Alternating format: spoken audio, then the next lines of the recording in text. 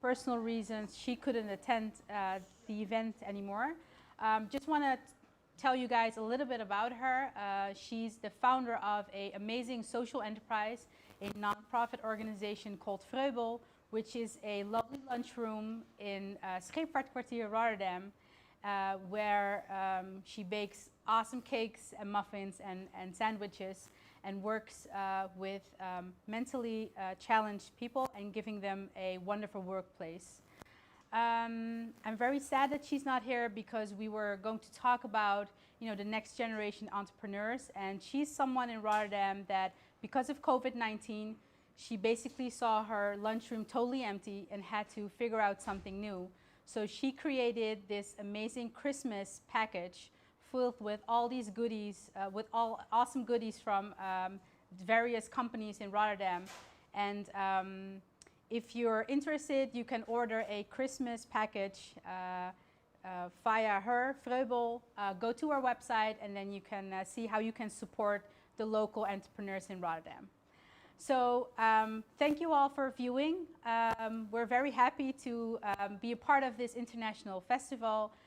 As you noticed, we're talking English because we have an international community. In the chat, if you have a question, please feel free to pose a question and we will try to answer them. So today, again, we're talking about next generation entrepreneurs. This is a collaboration between Venture Cafe, CIC, and VNO NCW. VNO NCW is an organization that is representing the common interest of Dutch member companies. They have more than 185,000 member companies all over the Netherlands. In Rotterdam, it's around 500. And they represent multinationals, SMEs, startups, self-employed. And we are part of a work group called New Economy.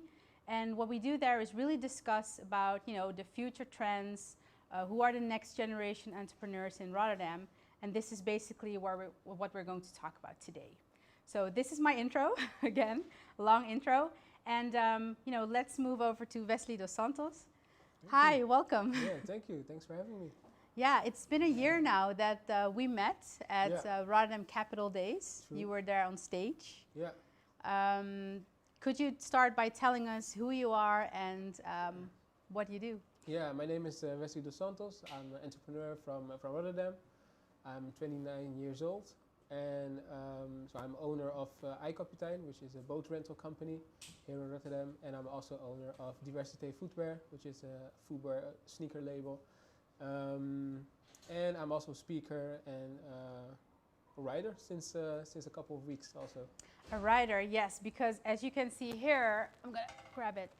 This is an amazing book. It's called Ondernemen als een baas in Dutch. So what is it in English? Like, I think doing business like a boss. Doing business like a boss. Yes, it is.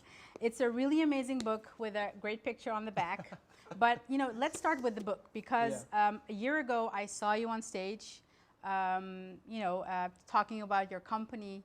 And now there's a book, within a year. So tell us. Yeah, it's crazy. It's been really like a sort of roller coaster for me, a couple of years and months also. So when we saw each other at Rotterdam Capital Days, it was exactly 1 year ago. 1 year ago, right? And I don't know if it's before Rotterdam Capital Days or after, but I did a TED Talk. And during my TED Talk, I was talking about the essential skills for me for this economy, but also for the next economy. And those are the skills: tinkering, hustling, and circular thinking. And while I was giving the presentation, and afterwards, there were a lot of people who told me like, "What are you going to do right now after you did this TED Talk?" Because they thought it was a really good TED Talk and everything. The talk was great and inspiring and everything. And first I was like, yeah, I don't know, maybe I can give some more talks and those kind of things.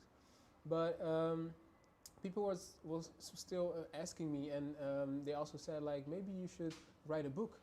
And in the first place, I was like, writing a book. I'm not a writer. I'm an entrepreneur. So I didn't really saw like that is something that I needed to do. But after a couple of, I think 6 persons said it to me. And then I was thinking like, maybe I should do it because my mission here in this world is to increase my own perspective, but also the perspective of other people. And I think that a book, it contributes like on my mission. So I thought maybe I should do it. So I wrote a concept plan, and after that I searched for a publisher, and I asked them like, can I pitch my concept to you? And they also saw my TED Talk, and they were like, all right, cool, just come over. And afterwards, so I think it was 1 week later, and then I signed my book deal. And 9 months later, the book came out. Yeah, wow. And how was it to be a writer? Because that is like, how was the process like? Yeah, it was really nice because I wrote the book together with Johan van Boven, so he's the co-writer of the book, and everything went like, how do you say that? There was a lot of coincidence during my journey. So I don't really believe in coincidence, because I think that if you have the right intention, then you will come in positions where you attract luck also. But that was one of the things. And we were just like having meetings all the week, talking about the 3 skills.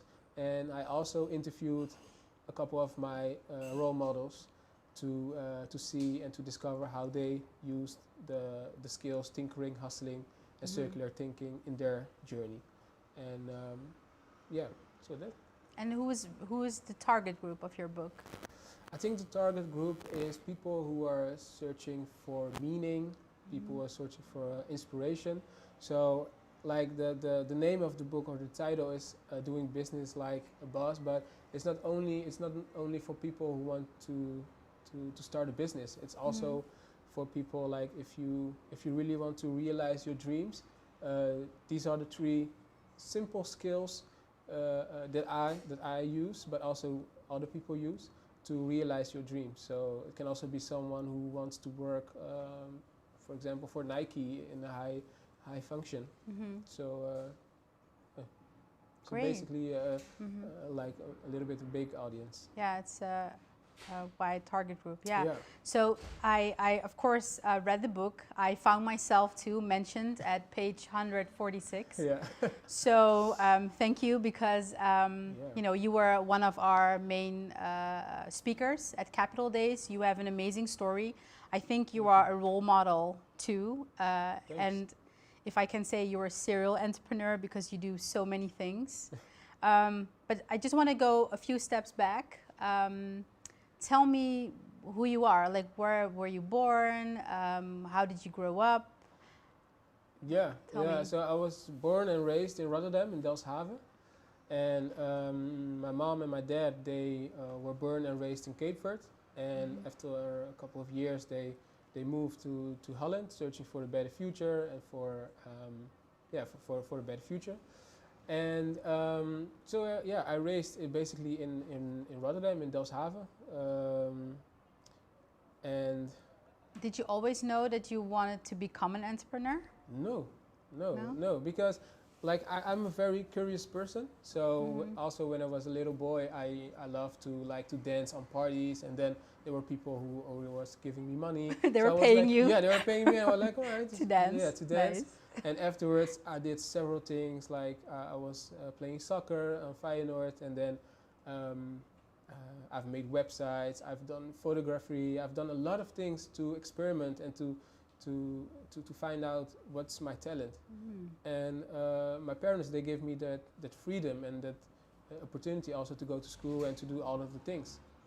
So is that also an important part, like discovering your talents by doing a lot of stuff? Is that like a part of the an entrepreneurial skill that you have to have? Yeah, I think that's everything starts with that. I think it's important to, because when you discover when your talents are, then you can like how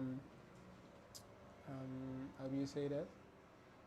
Yeah, I think it's very important. Like if you don't know what you like or what your how is, or then it's more difficult to realize your dreams, because if you don't know what your why is or where you're going to, then you don't follow the right path. I'm hearing Simon Sinek here Yeah, with the why and the also. how. The why. Yeah, so just to discover the why, it's important to also discover the how. Yeah, Like of course. try out multiple things.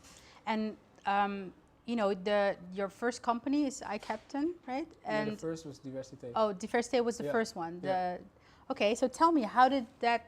How did you came up with, you know, a footwear collection? Yeah, like I was, since I was on high school, I was like kind of obsessed with designer sneakers. So I bought a lot of them.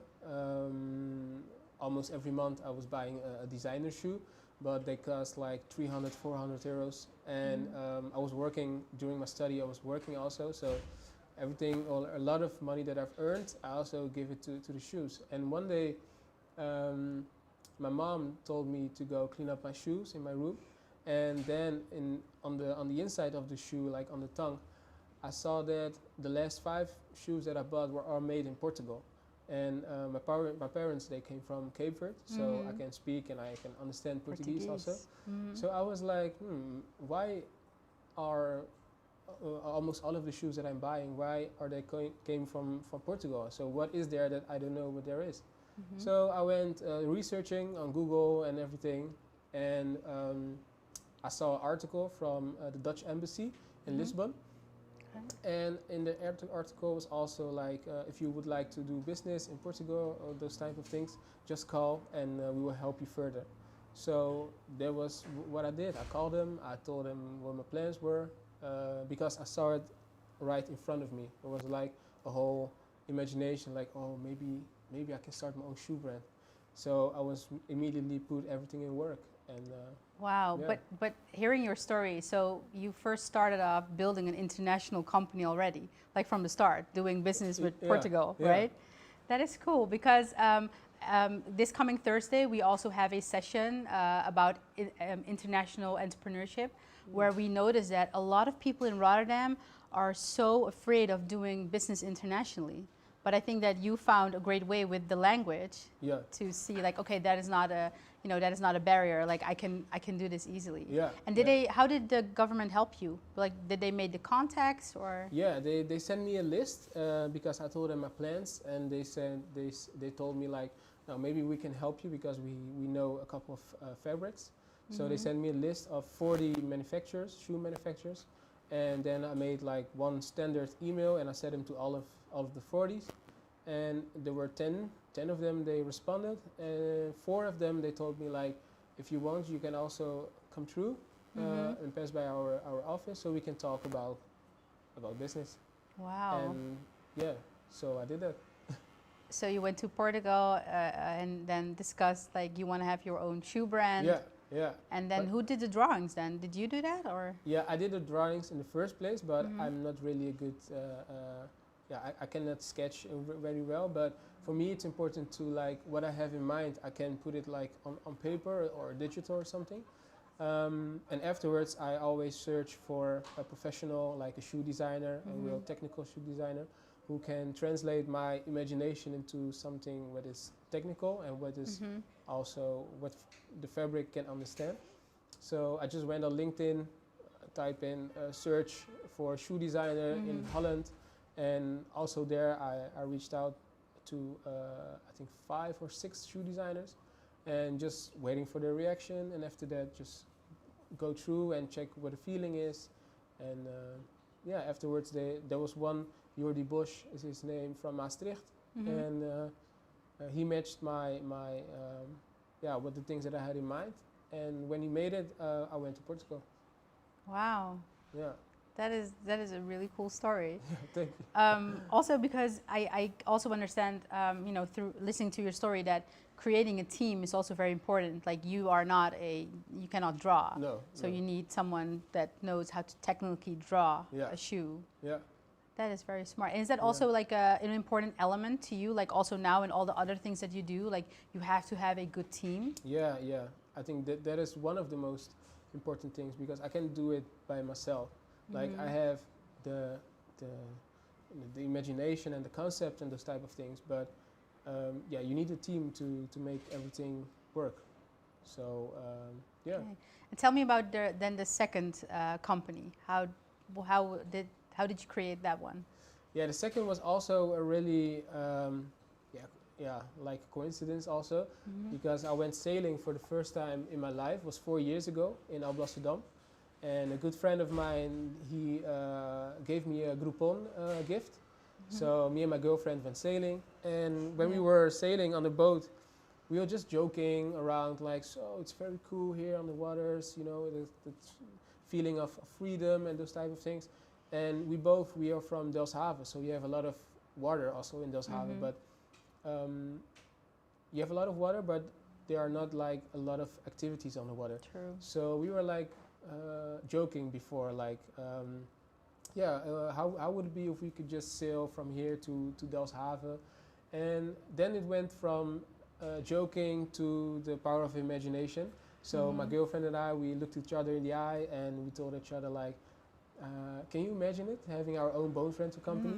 And we both had already saved like 6,000 euros each, and we would buy, the plan was to buy a car in the first place, but we used the money to buy a boat and to set up a website, and then we just did it.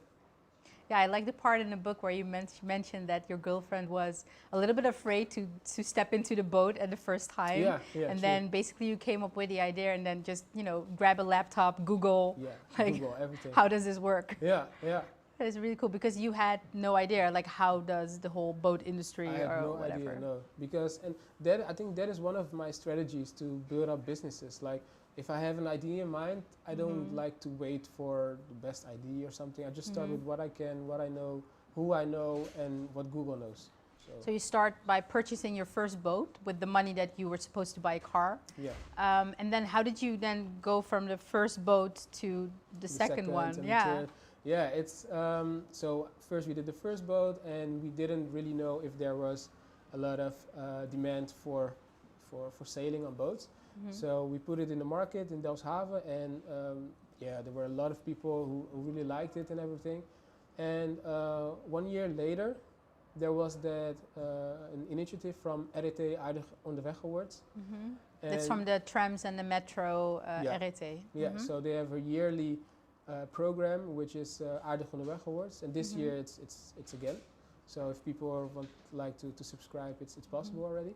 But they were searching for a plan that can make our city Rotterdam better, smarter, more sustainable, and everything.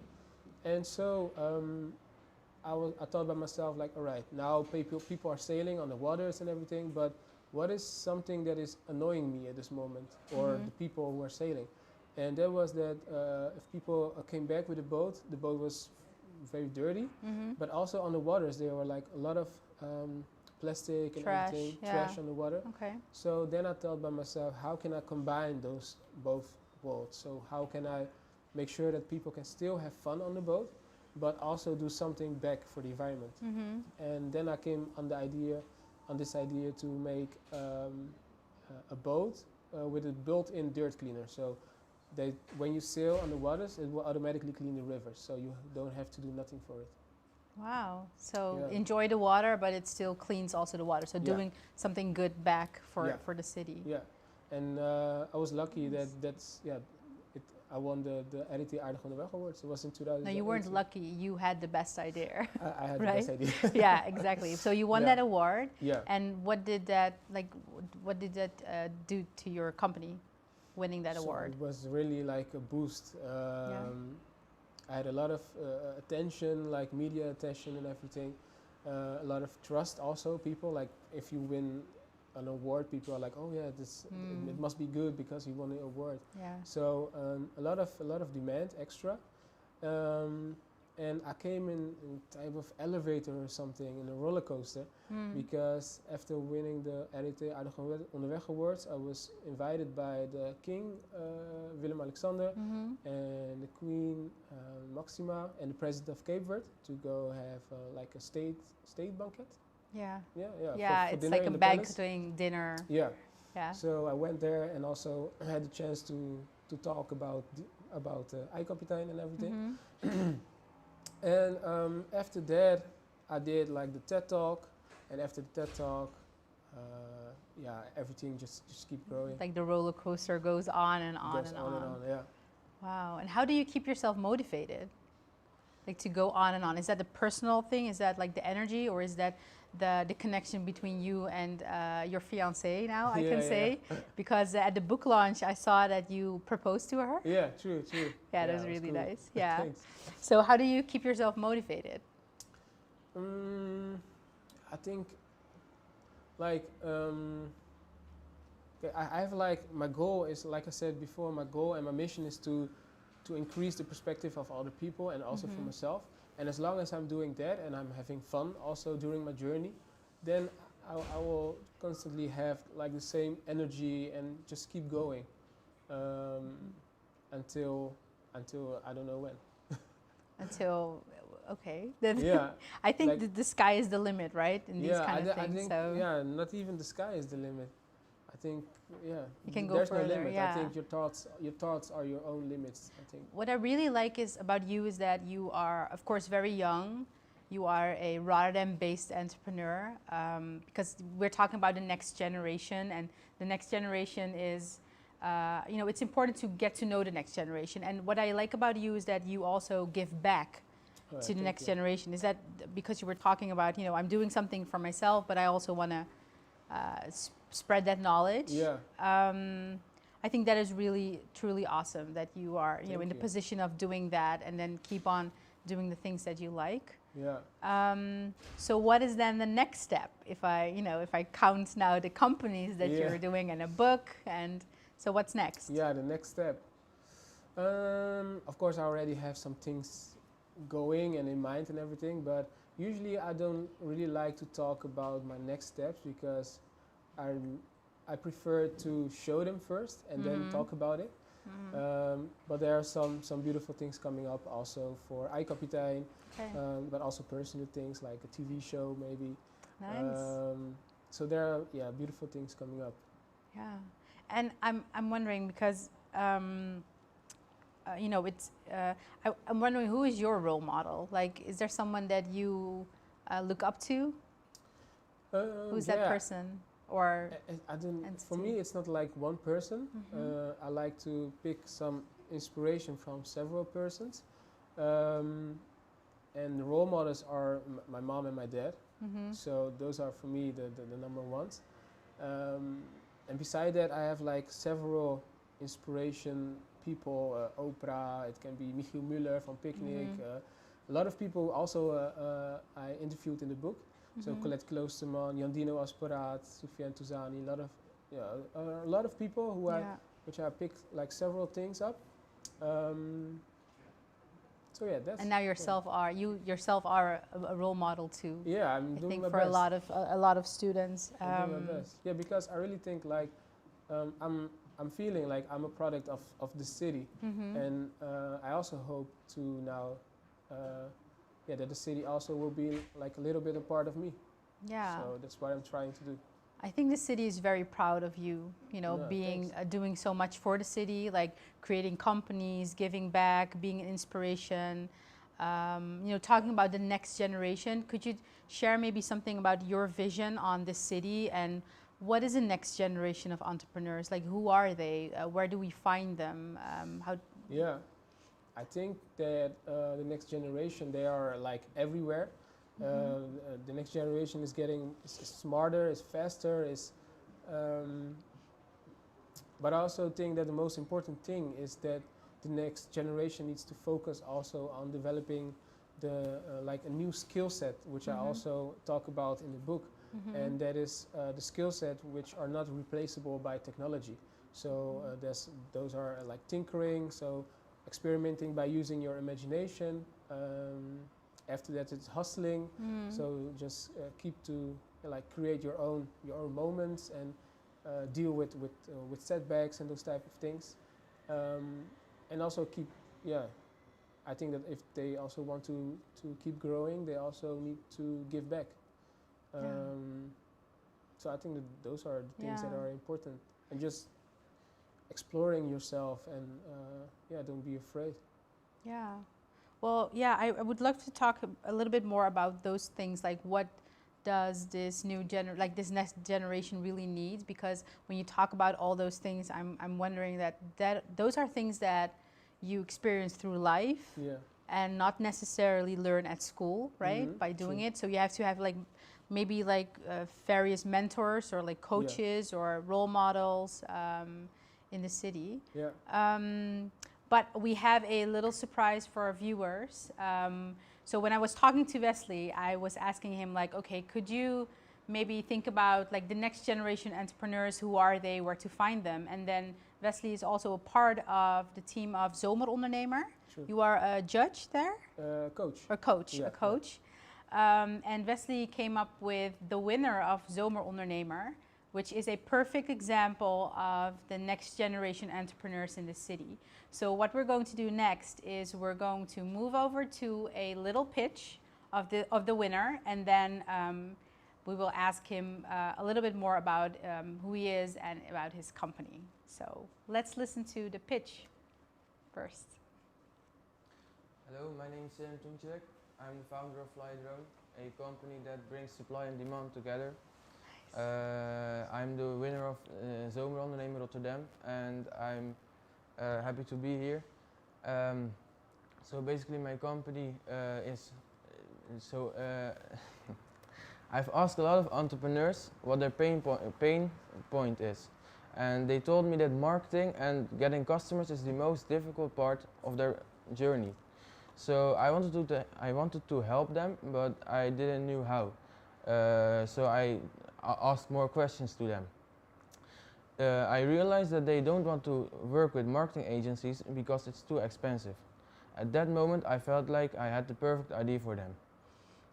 With a platform based on the media industry, we bring customers together with entrepreneurs, so the entrepreneurs can do the thing they like, so they can focus on their core business, and we do the marketing for them, but we do the marketing for ourselves, and we sell their service at our platform, but they do the job we ask them. So we are partnered with drone pilots, videographers and photographers, and they work with us. We do the finances, we sell it, we market it, and they only have to do the core business they like. So yeah, we make it easier for them. And the positive side of this story is that we don't ask money from them. The only thing is we ask a discount from them price, so we can offer our customers a better price, and we have our margins in there. Thank you for listening. Well, thank you for your amazing pitch, and I would like to invite you to take a seat and join us on stage, just to talk a little bit more about who you are and how it is to be the winner of Zomerondernemer. Hi, welcome. Thank you for having me. You're welcome. No, we're very happy to have you here because we were talking about the next generation entrepreneurs, and I heard that you're 16, people 16 years old, and he is so passionate about his company, and he's the winner of Zomerondernemer. So tell us a little bit more about how did you came up with the idea, and yeah, tell us how did you came up with the idea. It basically started with a passion for being an entrepreneur and for drones. So there comes the name from, Fly a Drone. But it became first a drone rental company, but I realized it wasn't something for me. So I did talk with entrepreneurs and asked for their pain points, and they told me that they have difficulties with the marketing. So I found a solution for them to get customers without doing marketing for themselves, but they can also do the marketing for themselves. So we are not the only one who they work with, and as you said, I'm really passionate about it. Yeah, since young, I'm still young, but since when I was younger, I realized I wanted to be an entrepreneur, and I'm happy that it became so fast. I thought I would like to be an entrepreneur at my 20s, but it became earlier. So I'm happy to be here. Yeah, and how did you find out? Because you, of course, were part of Zomer Ondernemer. So what is that exactly? Like, what did they teach you there, and who did you meet? Yeah, it was such a nice period there. We've learned a lot of things about finance, but also the mindset. It's really important. I've met really important people over there. Yeah, they're so ambitious, they're so intelligent, and being with them is something that I really loved, and the coaches were really great, and it was well organized, and it was such an amazing project, and I was happy to be there, and I'm the winner, so I can enter the national project, and I look forward to go there. Yeah, because as we were a little bit preparing for this talk, you told me that you have now a network. Yes. And you should really, use the network, and that is basically also how you ended up here, right? Me talking to Wesley mentioning you. And what is your advice for like the next generation entrepreneurs? You're 16, so basically, your friends, and maybe the age a little bit underneath maybe, but what would be your advice for young entrepreneurs?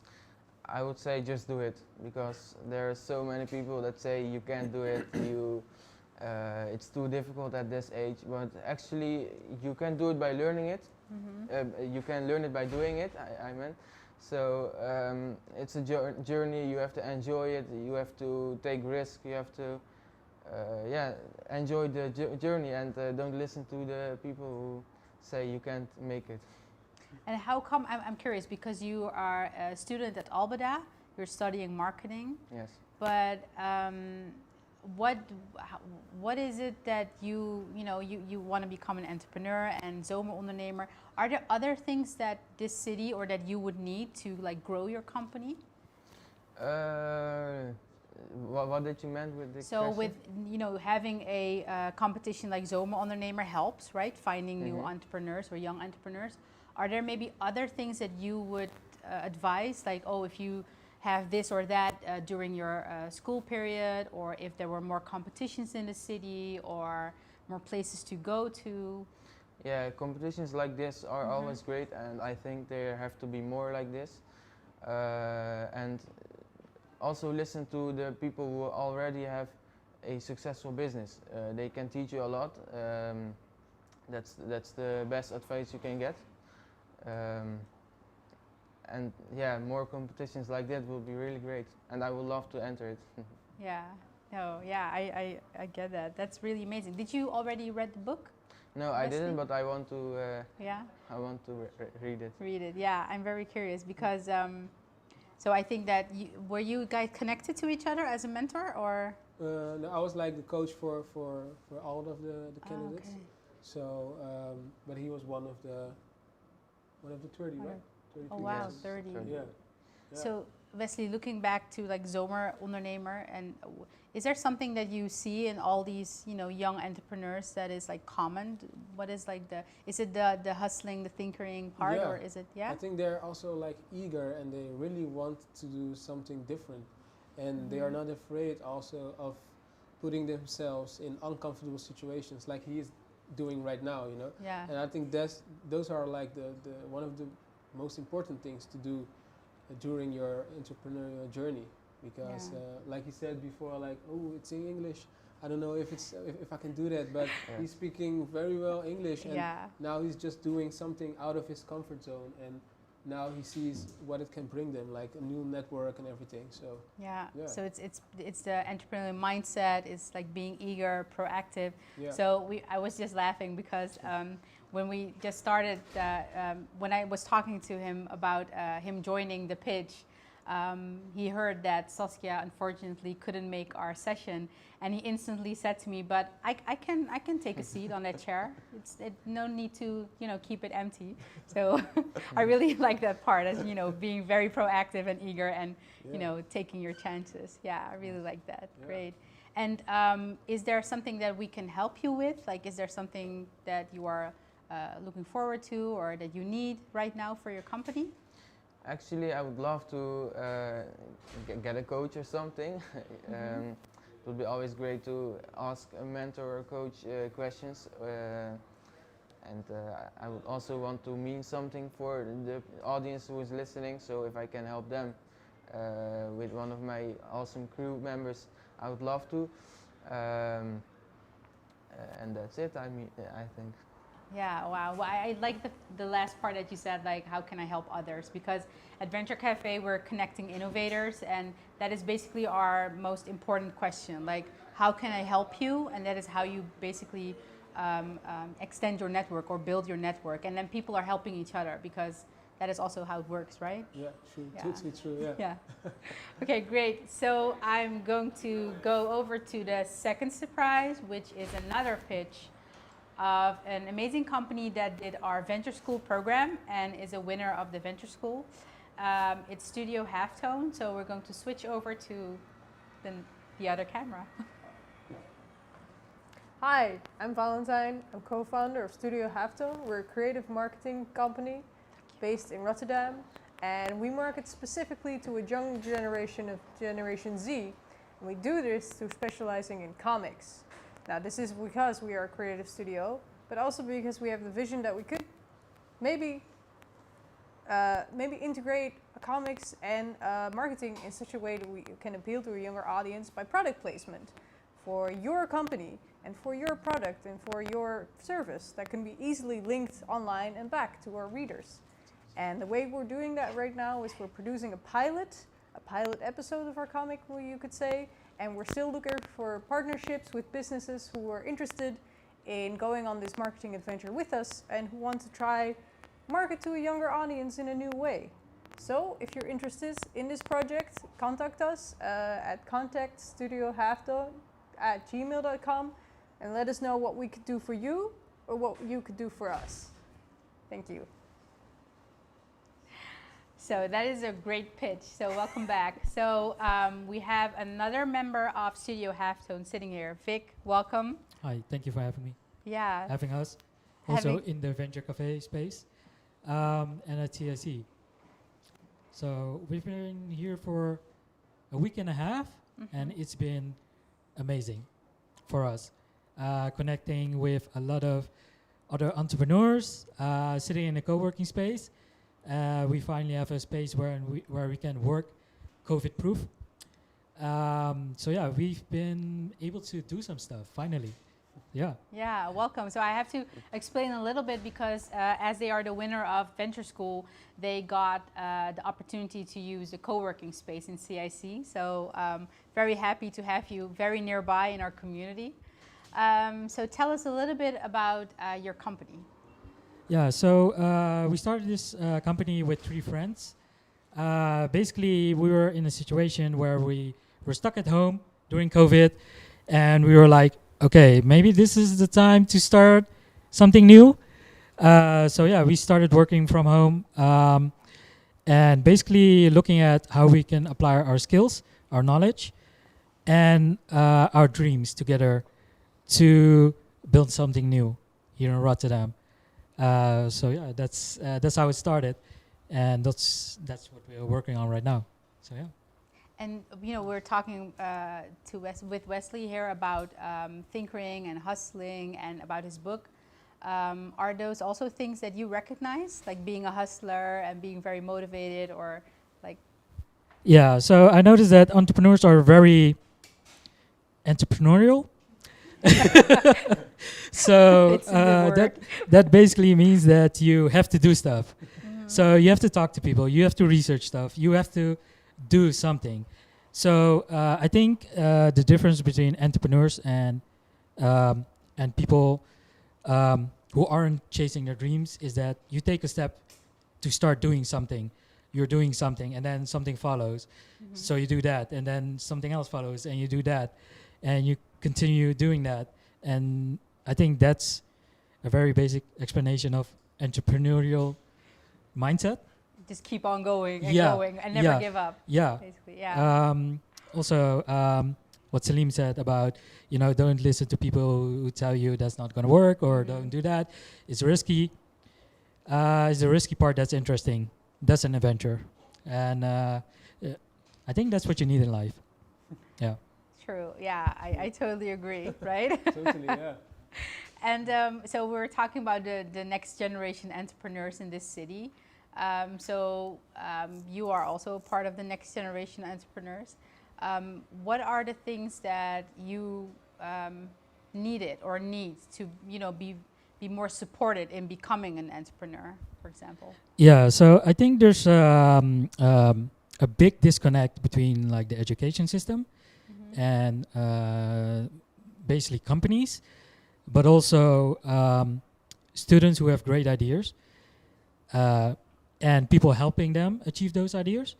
So I think there needs to be more within the educational system to help young entrepreneurs, because I know they're very driven, very motivated, especially when you're young. You don't have that many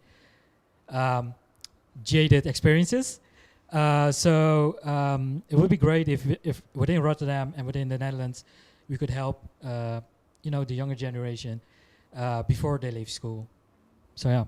Yeah, and would it be like in the form of, giving them like a minor or like a class on entrepreneurship, or showing them around? Because at Venture Cafe, we try to collaborate with organizations like Ying or to primary schools, and then asking, classes with kids, just come over, take a look here in the CIC space. This is innovation.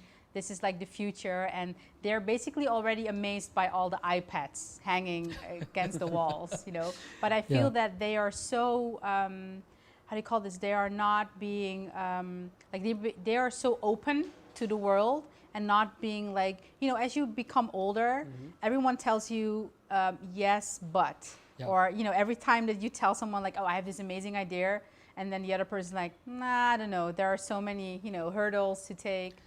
Yeah, so I think connecting those ideas to people with a mindset of, okay, so how can we get you there? What can we do to help you get there? I think that's the one part that's really missing. Yeah. So yeah. Yeah, I also think that when you can change for people what they think that is possible, Mm-hmm. then you can also change what will become possible.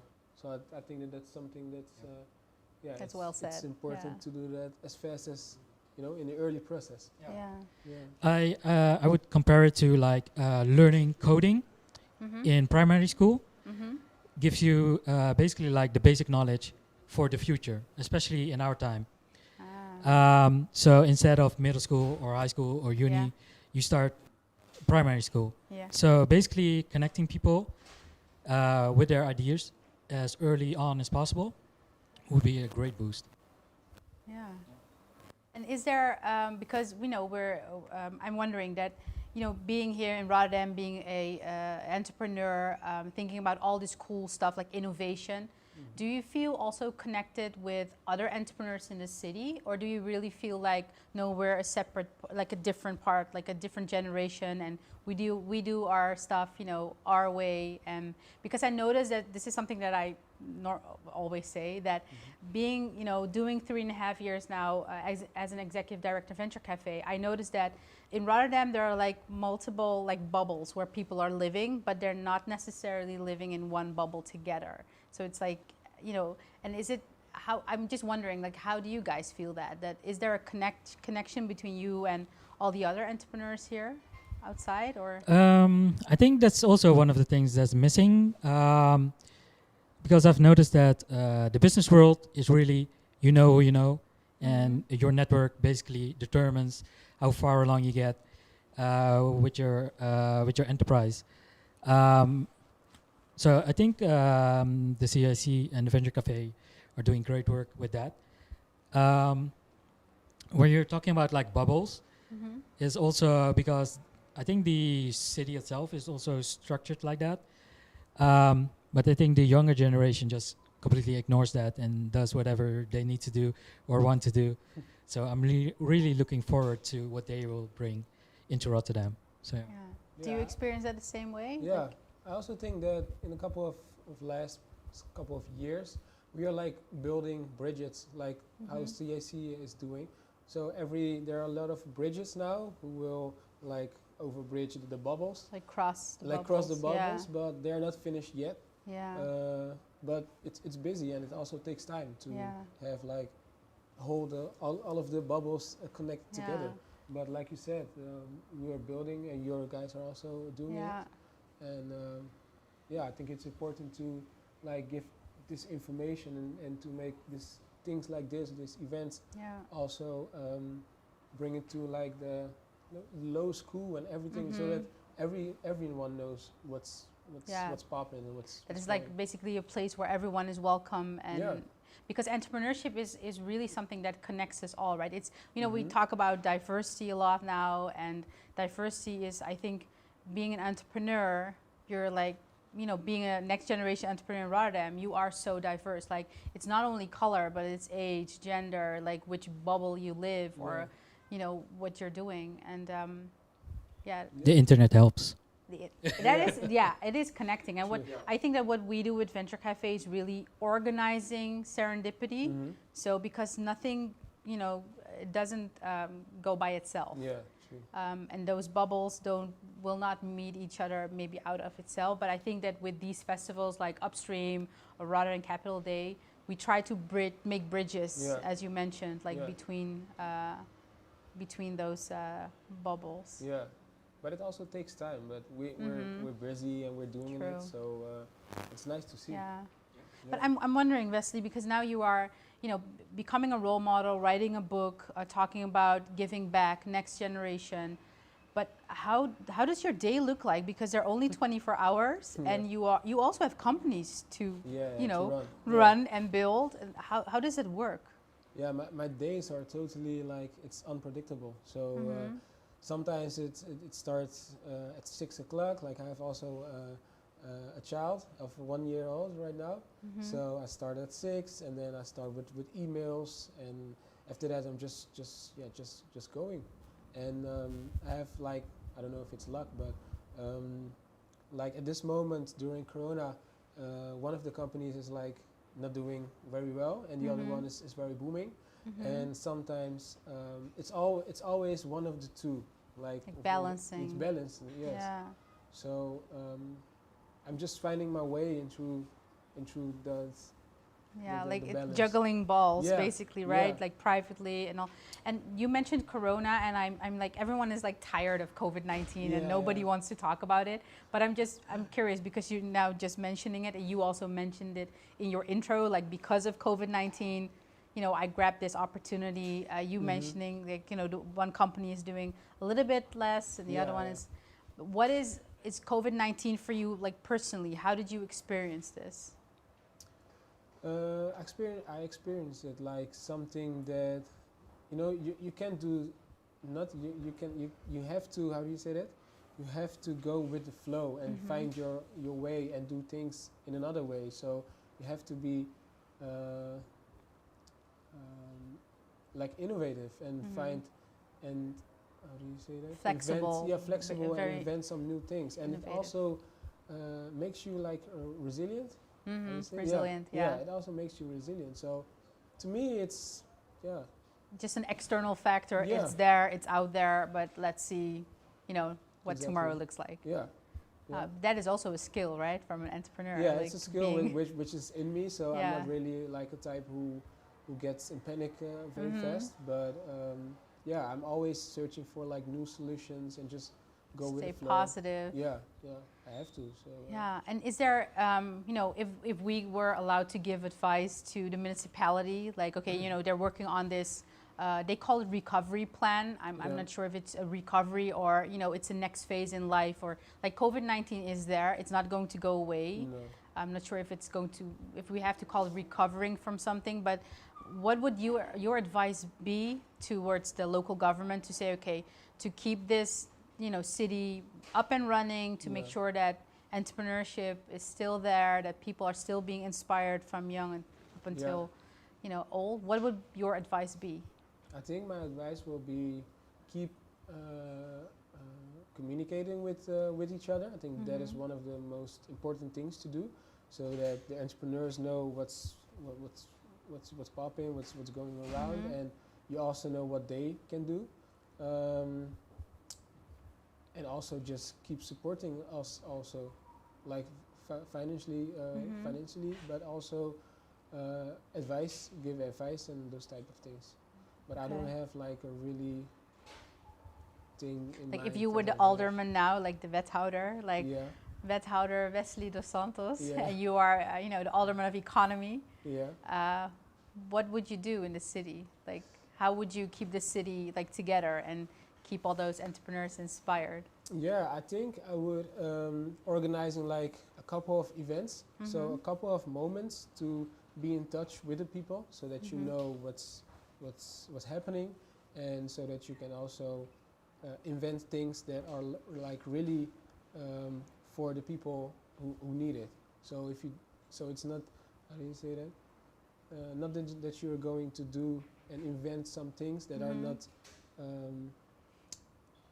How do you say that? Like they always do. Oh, that is very positive. Thank you. I will be right back with you. Wait 1 second. But you know, so it's important to know like what is the demand from the entrepreneurs and from the next generation, so that you can make plans on that. So I think like creating several moments and just be in touch with each other. Yeah. Because what you see is that there are so many diverse entrepreneurs, right, in the city. Like you have the startups, the scale-ups, Upstream Festival is all about, you know, the growing your company, doing business internationally. But there are also just the small, you know, SMEs, the MKB, but also corporates. Like large buildings are empty. So COVID-19 is like, you know, it touches us all. But you do see like it is the difference between, you know, how to cope with it. Yeah, true. Like.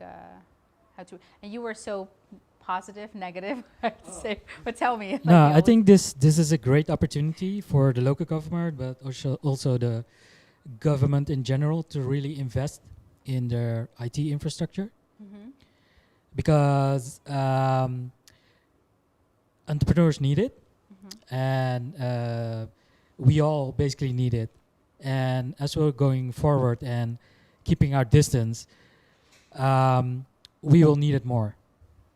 So when you're talking about communication, online communication is one of the big things, and I don't really see that happening a lot. And so do you mean like, for example, Wi-Fi, providing everyone with internet, or? For example, yes, but I know the physical infrastructure isn't there, so that would be a good investment. Because going from 4G to 5G, you know, also I know the government systems at the back end are not really working at the moment as they're supposed to.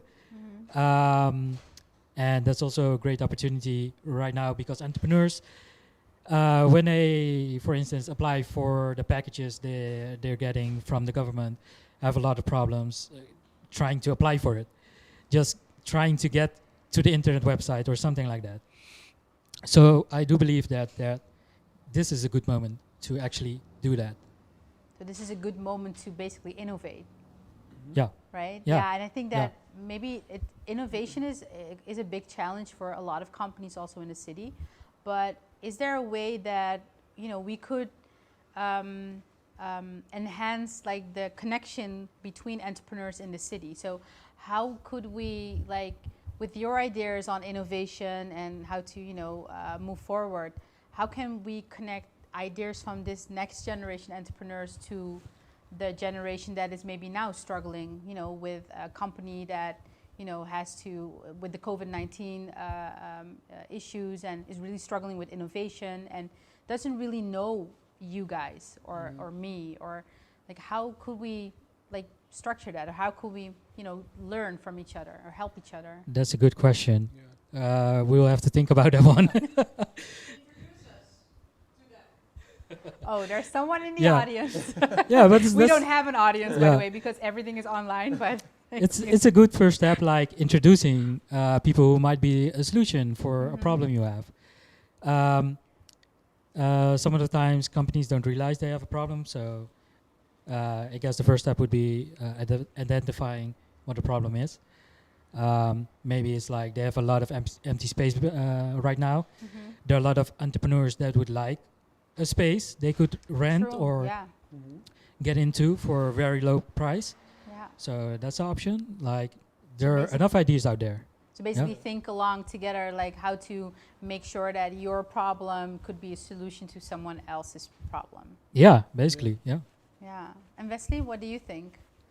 Like I also could think that we- it's something that I really need to think about. Yeah. But